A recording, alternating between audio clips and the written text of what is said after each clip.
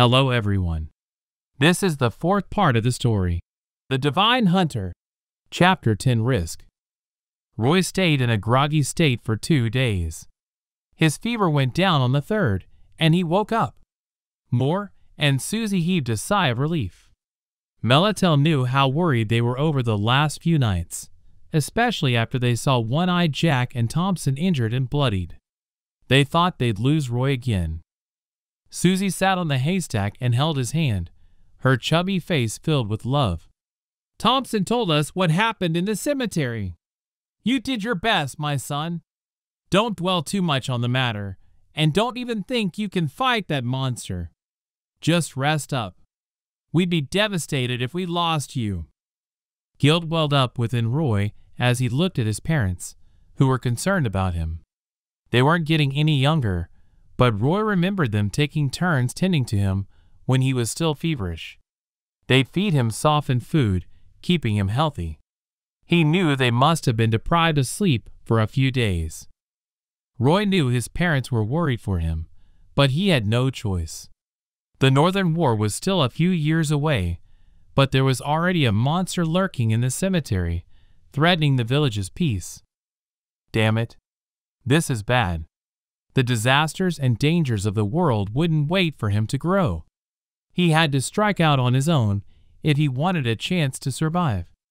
Roy didn't want to go through the helplessness he felt when he faced the monster again. What did the chief say, Dad? He went to ask the ruler for help 2 days ago. Moore sounded uncertain.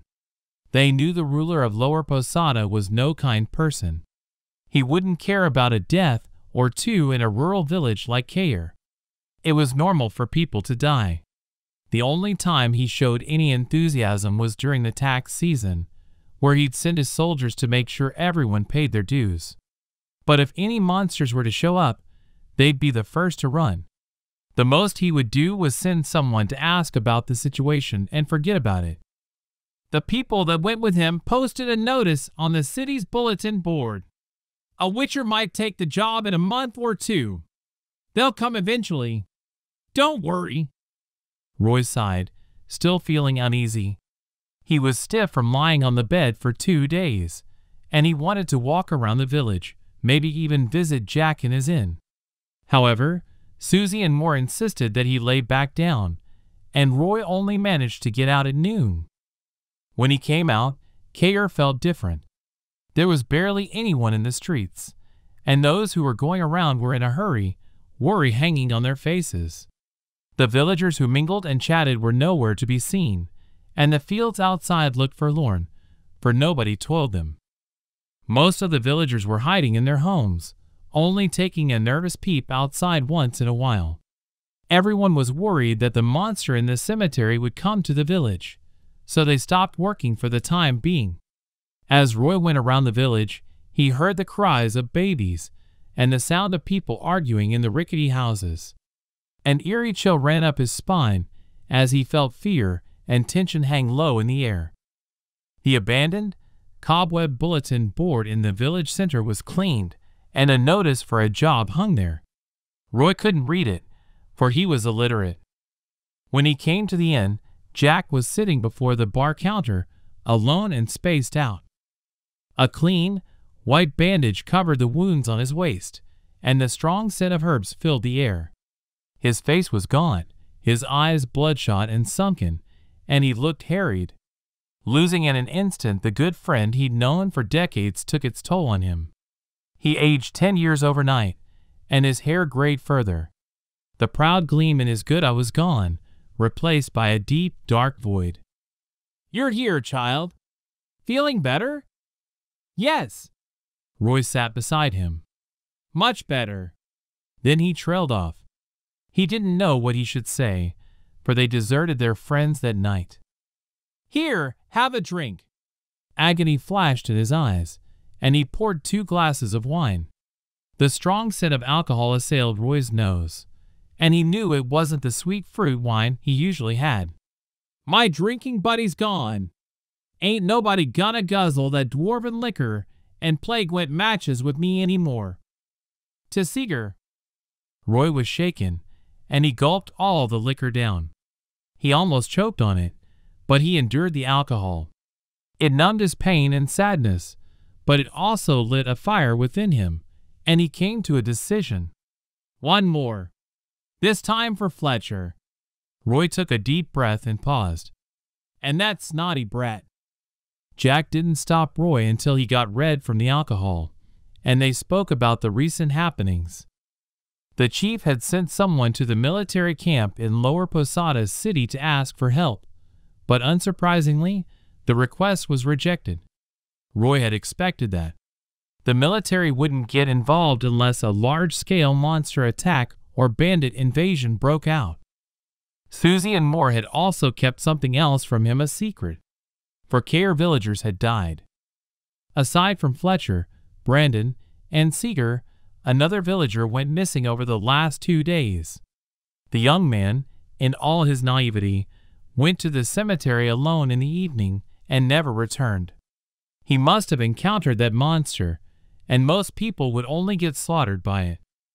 Roy wanted to say something, but after seeing how much of a wreck Jack was, he swallowed his words and left the inn. He used to be a game addict, and he knew what that creature in the cemetery was. It was trapped in their dimension by the conjunction of the spheres. In fact, he knew of all the monsters that had been trapped in their dimension by that event. After recalling the incident that occurred, Roy was fairly certain that the monster lurking in the cemetery was a grave hag. It was a monster who would suck the marrow from its prey with its unbelievably long tongue. If they devoured all the available corpses, some of the more aggressive ones would begin hunting in human territory. They would capture humans and bury them alive, only consuming them when the bodies had rotted. That was besides the point. The point was, Roy knew the grave hag's weakness. Grave hags usually built their nests near cemeteries, and the one in the eastern cemetery took over Granbelle's cabin. Their weakness was the sun, making them feeble during the day. But even if he told that to the villagers, they would most likely not buy it. Even if they did, it was impossible for him to explain how he knew the monster's weakness. If he couldn't cobble up a team of 10 or more, fighting a weakened grave hag would still be a losing battle. Seeger and Fletcher had no family in the village who could inherit their belongings. Susie didn't count, for she was thrice removed. Their belongings were in the chief's custody. Once their deaths were confirmed, Roy knew part of it would be taken by the chief, part by the soldiers for the ruler, and part for the reward for the Witchēr. 100 crowns for the job, huh? The money and precious belongings were taken away by the chief, but they still had some other items in their houses. Roy snuck into Seeger's house and looted it. There were 50 bolts, a steel sword that was mostly new, a torch, oil, and a few coils of sturdy rope. Roy kept it all in his inventory. And when he went to Fletcher's place, Roy took dozens of pounds of meat and put it in his inventory too. Everything was kept fresh there, and the food would never rot. Much to his delight, he even managed to find a small bag of yellow powder in a cabinet. Fletcher used the powder as an anesthetic. A nail's amount would paralyze a 200-pound creature in a few minutes after it was fed the powder with water. It was also the key to his plan. His inventory space was filled after putting those items in. Finally, Roy took the short blade Fletcher used over the years to butcher countless animals. It was as long as Roy's forearm, and it was curved at the end. The edge was ivory, but the blade and spine was blackish brown. It was the dried blood of the animals he'd butchered over the years. No matter how anyone cleaned it, the blood couldn't be washed away. Uncle Fletcher, Seeger, and Snotty Brat. If I have the chance, I swear, I will cut that bastard's head off with this blade, Roy promised silently. I will avenge all of you. The battle with the wolf pack and grave hag changed Roy. His brush with death made him realize that he was no longer in the safe world he used to be in. Any attempt at peace by running away from the danger would only cause untold misery. After Fletcher's death, Roy lost his stable EXP income, and he decided to go with the faster, riskier way to gain it. The cemetery was located east of the village. The grave hag should have been consuming the corpses of the 4 dead villagers for some time, and not have recently left the cemetery to hunt, Roy thought. However, Roy wanted to be careful. Instead of hunting east, he decided to hunt west, in the forest not far from the village. He staked out in the daytime to observe his surroundings. He then picked a tree and prepared for his hunt. When Susie and Moore were sound asleep at night, Roy tiptoed out of his home. After the night patrol had gone to the other side of the village, he snuck out and went to the tree he saw during the day. Roy hung raw meat smeared with anesthetics on a branch. He made it bloody and made sure the scent would go for miles, all so his prey could get attracted easily. When he was done, Roy scampered up the tree and lit the torch embedded in the branches. He took Gabriel out, loaded it, closed his eyes, and waited in silence. Roy kept taking deep breaths throughout his watch. He was worried he might attract a horror of the night, but he was also worried it might end up being a wild goose chase. Even so, he had to go on. He couldn't go back after coming so far.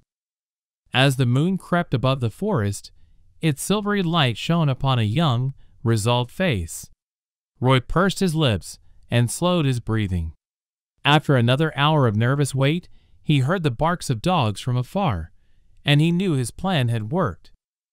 A group of starving, rabid dogs darted out from the bushes and fought for the meat tied on the branch. Their drool spewed everywhere, tainting the ground with their bloodied saliva as they clawed at one another for more meat. 2 of the dogs even started tearing into each other for it.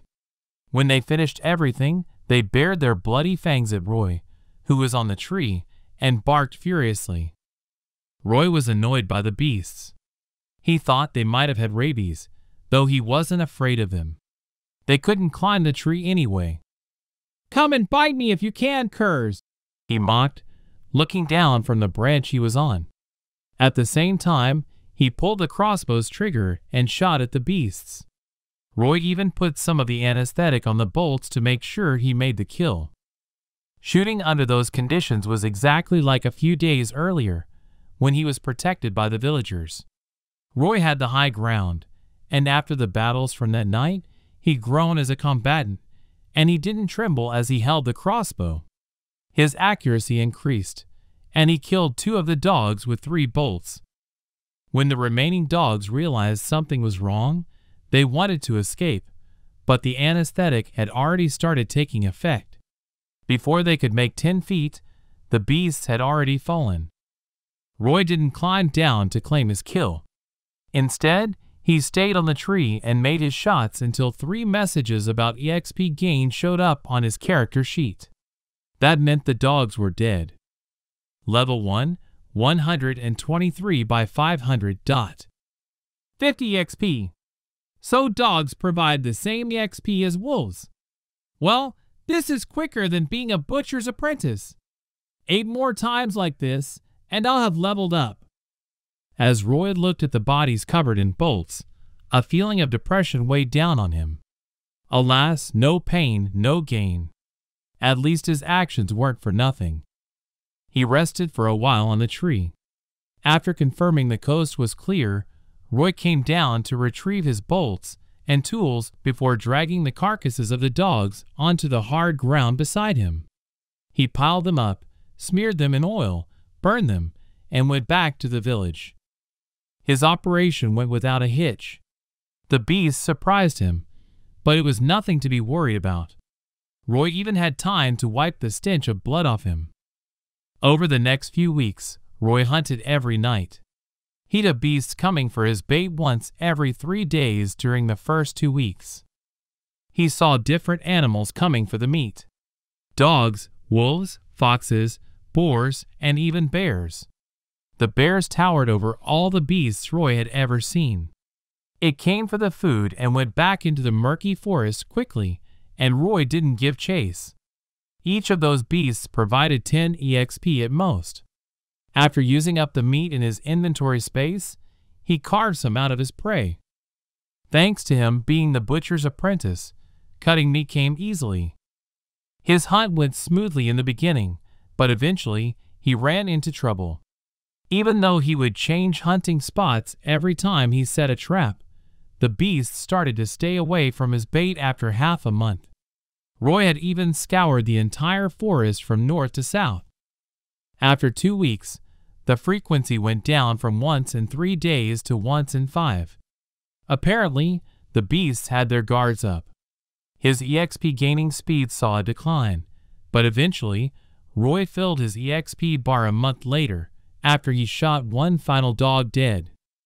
Chapter 11 Witchēr. Roy woke up on a haystack one morning. After one long month of endless hunting, he finally saw the plus sign on the right side of his EXP bar. Level 1, 503 by 500 dot. He finally managed to gain 500 EXP, and he had a pair of heavy dark circles under his eyes. Though he didn't manage to gain any ranged weapon skills, he was happy about the level up. Aside from that, his weaker stats saw an increase too. Strength grew from 4.2 to 4.3, Constitution from 4.1 to 4.2, and Will from 4.5 to 4.6. Obviously, the growth rate had declined compared to last month. Dexterity, Charisma, Spirit, and Perception showed no growth, and he realized that any stat exceeding 5 points wouldn't show any increase unless he had special training or conditions. Massacre was still level 2. Killing more than 40 animals wasn't enough to level it up. As Roy concentrated on his EXP bar and willed himself to level up, the EXP bar changed, and a message appeared. Level 2, 3 by 1000. You gain 1 attribute point and 1 skill point. He added the attribute point into Perception. After experiencing that magical feeling of control once more, Roy's perception turned from 6 to 7. It was the highest amongst his stats, and another message showed up on the character sheet. You have unlocked a new function. Unnamed Level 1, your perception has gone beyond the limits of an average human, evolving into a 6th sense. You may gain your target's basic information through a special observation method. The higher the target's perception, the stronger it will suppress your skill, and the less information you will get from them. Level 1 increases your perception by 1 when you observe your targets. Roy paused for a moment. I can get a skill when I level up my stat to a certain point. Never expected that. The new skill came as a surprise for him. It was a tactical one. If he could observe his enemies in silence and get their basic information as well as their skills before a fight, Roy could come up with some strategies to take out his enemies efficiently. The higher his perception, the further his range. He could, theoretically, stay in the dark a few miles away and know everything about his enemies before they fought. The possibility of that happening excited him, and he thought about how he could pick out his enemies' weak points from 1,000 feet away and shoot them from that range. Damn. If that happens, Roy willed a name change and called his new skill Observe. He wouldn't spend a skill point for the time being. Roy wanted to test his new skill before deciding to invest it in Level 2 Massacre or Level 1 Observe. Thompson and Jack were good practice targets for his skill. Roy told his parents where he would be going, and he left merrily. Not long after going out, he noticed the streets looking lively, a stark contrast to the air of despair the village had earlier. Dozens of villagers surrounded the bulletin board in the city center, and they buzzed with excitement. It was as if the terror brought by the grave hag had never existed. Roy was curious about their delight, and he went to the square. The Witchers are here! We're saved! 3 travelers stood amongst the crowd, and Roy noticed they were different, for their features and attire were outstanding. The man on the left side of the bulletin board had a red headband on his forehead. He had a cool expression, and his features were defined and sculpted. The man on his right covered half his face under a gray hood, the laugh lines on his cheeks running deep, and a faint smile danced on his lips. He looked slightly similar to the man with the red tie, and Roy thought they must have been related. Both men stood at 6 feet tall. Note: 6 feet is around 1.83 meters. The third man was bald, his head gleaming under the sun. He had an aquiline nose, a pair of sunken eyes, and a stern expression. He was a towering giant whose muscles were as hard as rocks. He stood over 6 feet 4, and his arms were crossed. The bald man loomed over everyone, suffocating those around him by just standing there. Note: 6 feet 4 is around 1.93 meters. The trio wore black armor decorated with crisscrossing claw marks and dried blood. A satchel the size of a fist was tied to their belts, and Roy saw vials hanging on the potion belt that was thrown over their shoulders. A pair of crossing short swords were strapped to their breastplates, and a few finger-length daggers hung from their leg armor. Peculiar necklaces dangled in front of the Witcher's chest. It was in the shape of a viper rearing its head back, forming a mysterious, complex sign. Their swords measured 4 feet 4 long and slept in a black sheath. Arguably the most peculiar thing about the trio were their eyes. They were amber in color, just like the eyes of cats. They looked bizarre and terrifying. Note: 4 feet 4 is around 1.32 meters. Roy stared at the bald man, who was leading the trio. He thought he looked familiar, and something swirled within Roy's eyes. A moment later, a translucent information page appeared out of thin air above the bald man's head. Letho. Gender: male. Age: 80. Status: Witcher Viper School. Underwent 3 mutations when he was a child. Endured the trial of the grasses. Possesses extraordinary speed, strength, reflexes, coordination, life force, and regenerative abilities. Has received professional training in swordsmanship, alchemy, and has knowledge of the bestiary. Possesses a formidable immune system. Is immune to most plagues and diseases. Can resist most lethal poisons. Mastered the Witcher signs, pseudo-spells. Possesses a long life, but is sterile. HP: unknown. Unable to retrieve information. Requires higher perception. Mana: unknown. Strength: unknown. Dexterity: unknown. Constitution: unknown. Perception: 19. Will: 10. Charisma: 6. Spirit: 10. Skill: Alchemy level unknown. Unable to retrieve skill level. Requires higher perception crafting skill. Allows the user to create oils, potions, poisons, and bombs. Witcher senses level unknown. After the trial of the grasses, a Witcher's senses will undergo a mutation that will strengthen them. Their 5 senses are linked to their instincts, allowing them to see scents and voices. It also lets them discover tracks or clues that are usually impossible to see. Meditation level unknown. Training for the body and soul. Meditating calms the Witcher's body and mind, hastening the regeneration of their body, mana, and stamina. Improves coordination over time and raises affinity with chaos energy. Viper School. Dual-wielding level unknown. A skill created by a Viper School Witcher through a century of development. Allows the Witcher to dual-wield daggers during combat against monsters. A secret skill not taught in other schools. Witcher signs level unknown.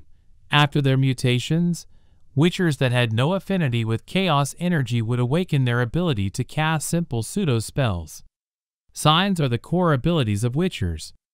No incantation or materials needed. A mere hand gesture is enough to expand their mana and activate the signs. There are 5 signs. Quinn creates a protective shield that blocks any attack. Ard casts a telekinetic force that knocks enemies back and destroys obstacles.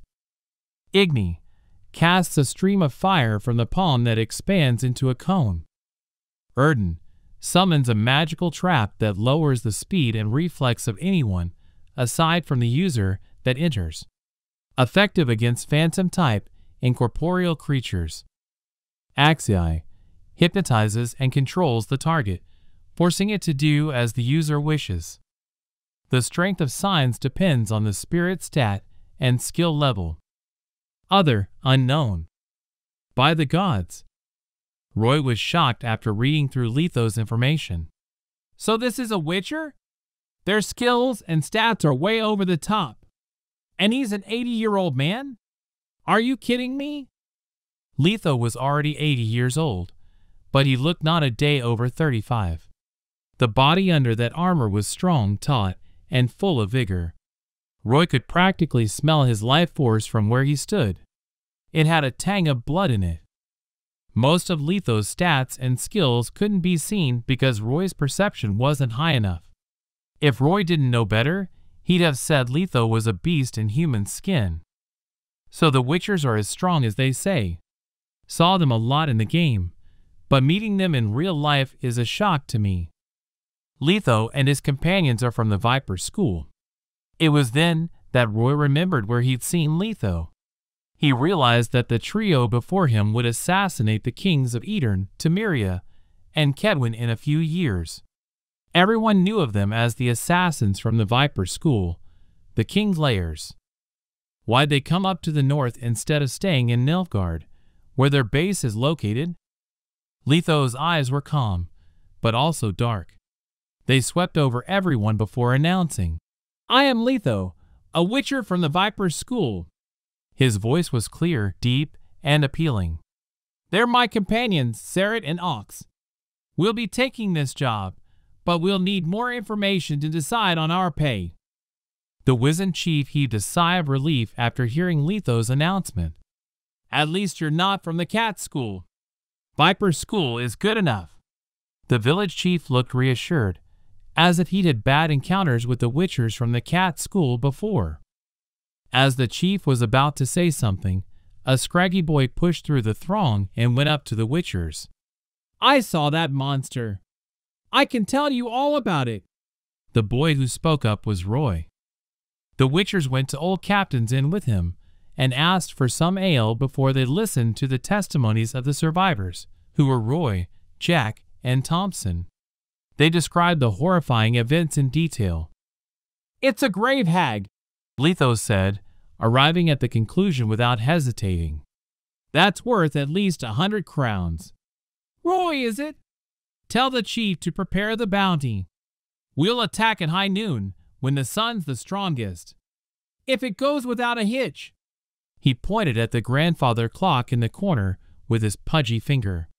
"We'll return with the trophy before 3. Letho's expression didn't change throughout the explanation, as if the killing of the monster was a trivial matter. But Roy knew that might not be what Letho was feeling.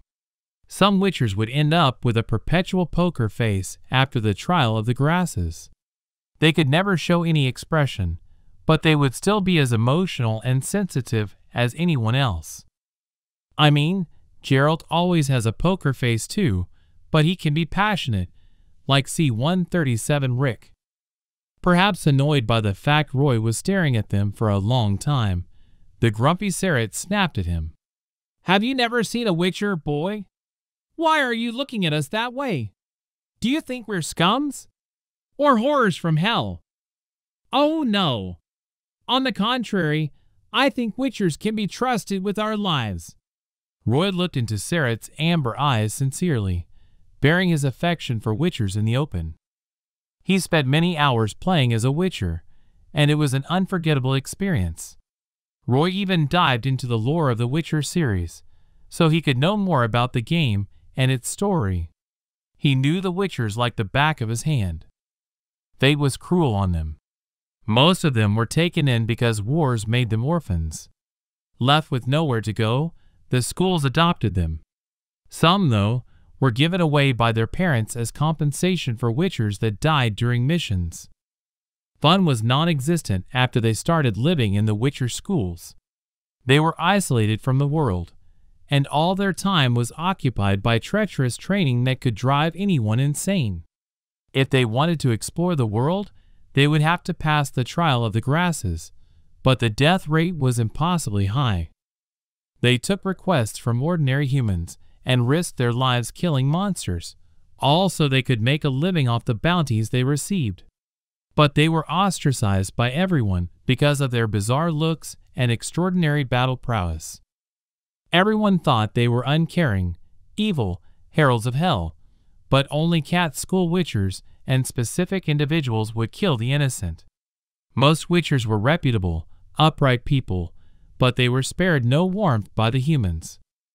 Witchers could only find solace amongst themselves. After they picked themselves up, it was another day of fighting monsters. A witcher's life was filled with battles, and there they would meet their end. None died peacefully. The witchers were legendary, but also cursed by fate. Roy said from his heart, "Witchers have saved innocent lives from monsters. You guys are better than those soldiers who take our money, but do nothing." "Huh?" Sarah, as if hearing something funny, smiled stiffly, but it didn't hide the mockery in his eyes. "Been a while since I heard someone praise us like that. Don't waste our time, kid. Tell us what you really want." Roy put on a serious look. "I want to go with you on the mission at noon." Sarah stood up. "Impossible," he said, refusing. "We're hunting a monster here, not a harmless animal. We don't have time to keep an eye on you.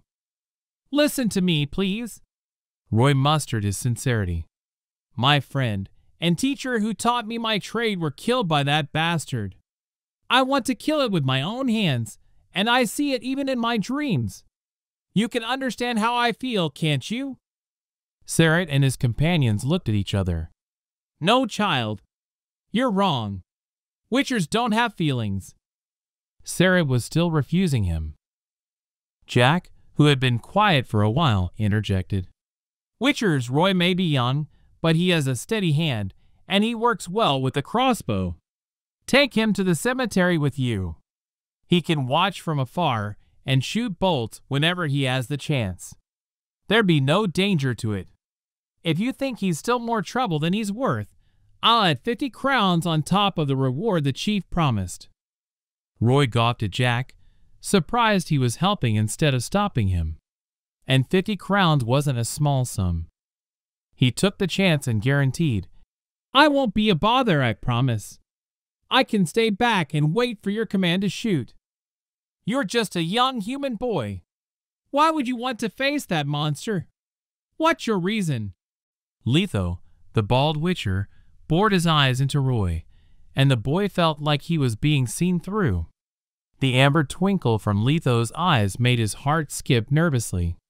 After a short while of silence, he said, "Fine. We agree to your request, but only because you're adding 50 crowns on top of the bounty." Chapter 12, Head of the Hag. Letho had seen everything throughout his years of being a witcher, but not once had he seen a child as peculiar as Roy. Not only was Roy unafraid of witchers, but he also didn't avoid them like the plague, unlike everyone else. Letho wasn't kidding. Many children would cry in fear after seeing a witcher's peculiar looks. Roy, however, had no such fear or disgust. He had a weird look in his eyes. Letho thought it resembled affection or even admiration. "I'm getting old. Sentimentality isn't like me." Letho fell into a trance, but he kept his poker face. Letho harkened back to the days of his younger self. He'd still been a young boy when someone had come to his hometown of Gilet and brought him to Gorthergvade, the Viper School's stronghold in Tyr Tochair. Back then, Letho hadn't gone through the trial of the grasses yet. He'd look at his mentor, Ivar Evil Eye, the founder of Viper School, as he stood on the lectern and taught the Viper School disciples the knowledge of witchers and his life experience. He used to have the same look of admiration in his eyes that Roy did, but time showed him no mercy. A few decades ago, Ivar Evil Eye went missing when he was hunting down a Garkin. At the same time, cat school witchers had been massacring humans on a whim, and it had garnered bad press from the people. Bereaved by the loss of their founder and the hatred from the people, Viper School went into a decline, and fewer people came to gore their grade. The only witchers of the Viper School left were him, Serret, Ox, and 2 others whose trails were unknown. Over the last 20 years, none of the disciples managed to pass the trial of the grasses. We have to revive the Viper School, kill our nemesis, and find Ivar Evil Eye. Those were Litho's wishes, and the reason for their activity in the northern realms. When he came back to the present, he gave Roy a gentle look. It had been a sunny day, praised Melitel. The trio made meticulous preparations before they went for the hunt. After all, no human could master their skills even if they'd wanted to, and they didn't keep that a secret from Roy. They took out a vial of amber goo from the satchels they kept on their belts, and poured it on the short swords taken from their breastplates.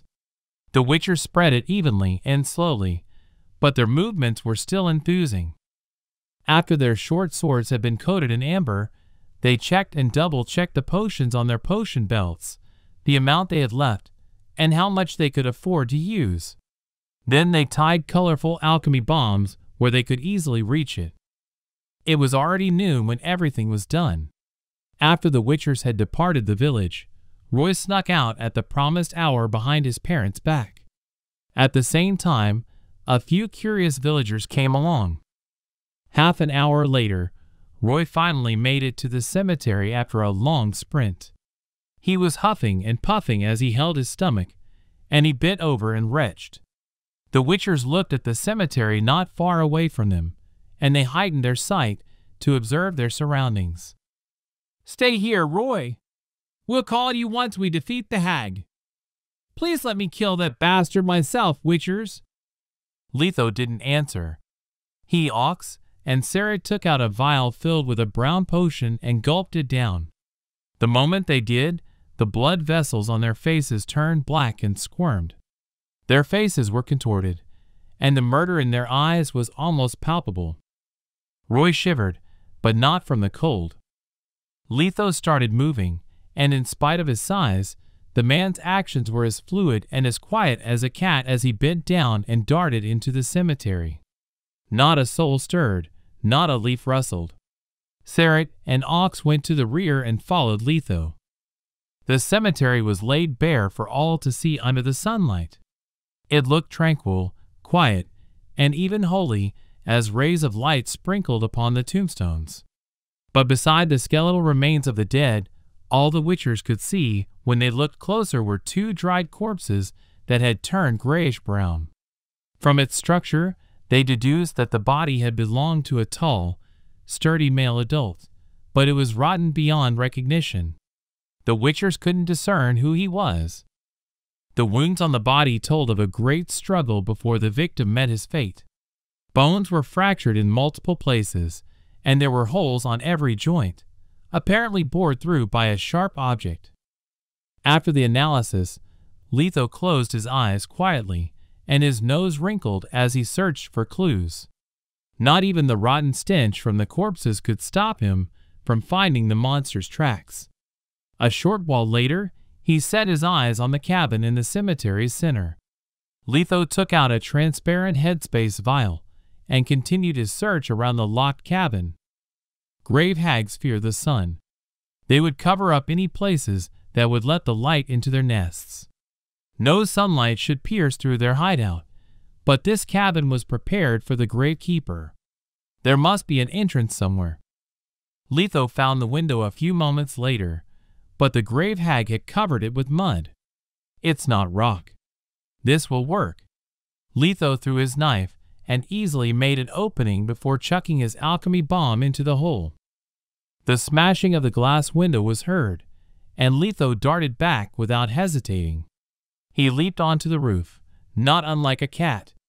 He then signaled to his teammates, and Ox and Serret, who were already waiting, dashed to the cabin's front door, waiting to flank the creature once it came out. Serret made 2 triangles with his left hand that resembled an hourglass in the air, and pushed it forward. A faint, white light shot up into the air, and a 10-foot radius magical circle appeared on the ground, flashing softly. Ox made a sign in the shape of an upright triangle with his right hand, but he didn't push it out yet. He was waiting for the opening. A moment later, the door was kicked open with a loud bang, and the misshapen, lumpy creature shot out into the open. The moment it took its first step, it slammed into an invisible wall. It trembled for a moment and fell face first. That was the opening Ox was waiting for. He pushed the Igni sign forward, and a stream of fire erupted from his palm, expanding out into a cone, and the flames licked the fallen monster. Before it came out, the grave hag had already been splattered with oil by the bomb Litho tossed into the cabin. Igni's fire quickly traveled along its body, turning the monster into a writhing torch.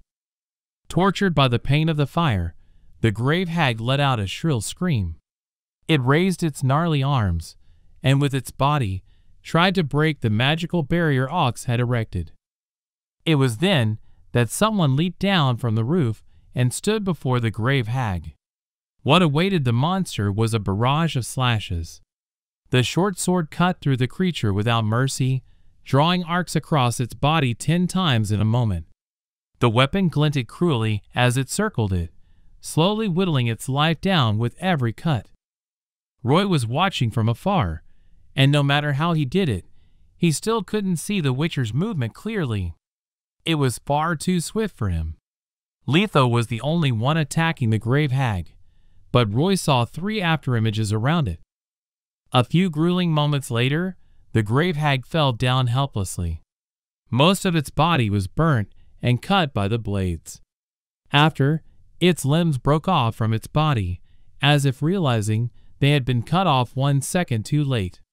What was left was a limbless creature, squirming and hanging on to life by a thread. Ox went up to it and pressed down on its back with his kneecap.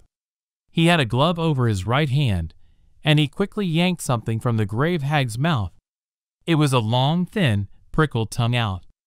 And ignoring the monster's ghastly wails, Ox cut it off and tossed it into a canister he prepared. Litho took out a blue cloth from his satchel and wiped the green blood off his short sword, his movements gentle and meticulous.